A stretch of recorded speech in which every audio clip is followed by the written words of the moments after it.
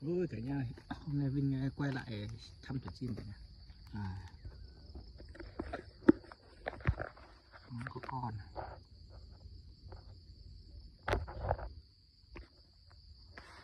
Con nó đi trong này khó.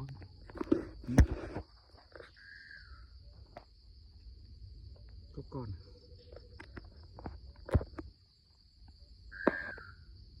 Mấy con mà nó vướng vách.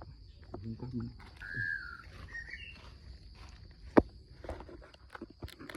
Khó thấy. Vướng hóc.